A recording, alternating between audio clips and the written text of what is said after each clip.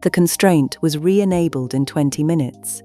The audit of what had passed through while it was off took 9 weeks. This is the part nobody plans for.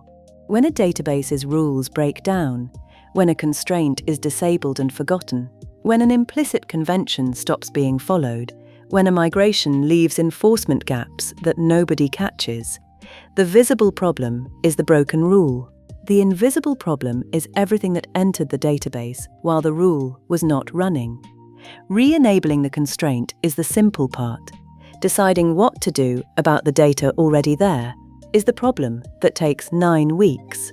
Think about a hospital pharmacy that discovers its refrigeration monitoring system has been offline for an unknown period, somewhere between 2 and 5 months, based on the last confirmed log entry. The monitoring system can be repaired in an afternoon, but the medications stored during that window are a different matter. Some require continuous refrigeration, some are stable at room temperature, some are borderline. The pharmacy cannot simply fix the monitoring and declare everything safe because the absence of monitoring did not preserve the drugs. It just meant nobody knows which ones are still good and which are not. Every medication stored during the gap has to be assessed individually. Some will be cleared, some will need to be discarded, some will be uncertain enough that a judgment call is required. The monitoring is fixed on day 1. The assessment runs for weeks. A database in recovery is the same pharmacy. The rule can be restored quickly. The question of what to do about everything that arrived while the rule was not there is a different problem entirely. In 2022, a UK-based insurance platform completed a migration from a legacy claims system to a new platform. During the migration, foreign key constraints linking claim records to policy records were temporarily disabled to allow historical data to transfer in batches. The migration completed. The constraints were not re-enabled. The gap lasted 5 months before it was discovered, not by a monitoring alert or a routine audit, but because a customer service representative noticed a claim that appeared in the billing system but could not be found through the customer account lookup. Investigation revealed that the missing link between the two tables was the foreign key that should never have been left off. Over 5 months, approximately 11,400 claim records had been written with policy references that did not correspond to any valid policy in the system. Some were data entry errors. Some were records that had arrived during a policy transition and could be matched with the right policy given enough investigation. Some could not be explained at all. The constraint was re-enabled in an afternoon.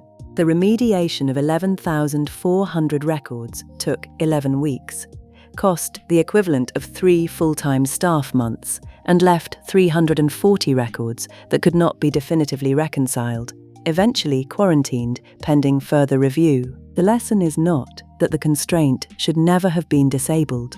The lesson is that disabling a constraint and re-enabling it are not symmetrical operations. Disabling takes a moment. Re-enabling, done properly, requires knowing what passed through in between. 2 things determine how long recovery takes, and both can be shortened with the right approach.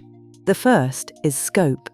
Before anything else is changed in the schema, the priority is establishing exactly what arrived while the rule was broken.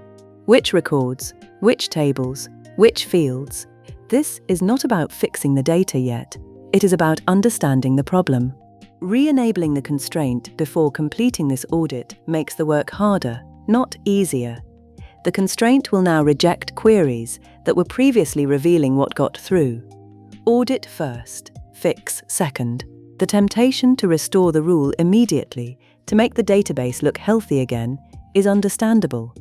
Acting on it before the scope is understood is how 9-week projects become 5-month ones. The second is triage.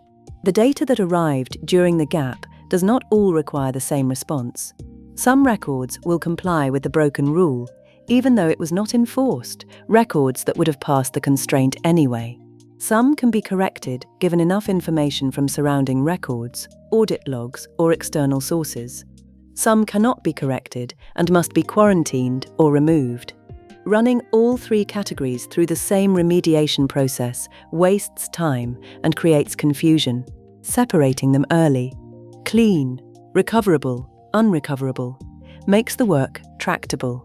It also makes it possible to restore the constraint for new data immediately, using a staged approach that protects future rights while the historical cleanup runs separately, rather than waiting until every historical record is resolved before restoring any protection at all. The insurance platform's remediation treated the constraint re-establishment and the data cleanup as a single project. They are not. One is a schema operation that takes an afternoon. The other is a data quality program that runs until it finishes. The pharmacy fixes its monitoring system on day one. That is not the same as knowing the medications are safe. Trust in the medications comes from the assessment, from going through each one, establishing what it is, where it has been, and whether it can still be used. The monitoring being fixed means no new problem will go undetected. It does not retroactively resolve the gap. That resolution is a separate piece of work, and it takes as long as the data requires. Re-enabling the rules is not the same as trusting the data. Rebuilding that trust is the work that follows. Slower, less satisfying, and more important than anything that came before it. A database whose rules have been restored but whose history has not been examined is a database that looks safe. Whether it is safe is a different question. The answer to that question comes from the audit, not from the schema.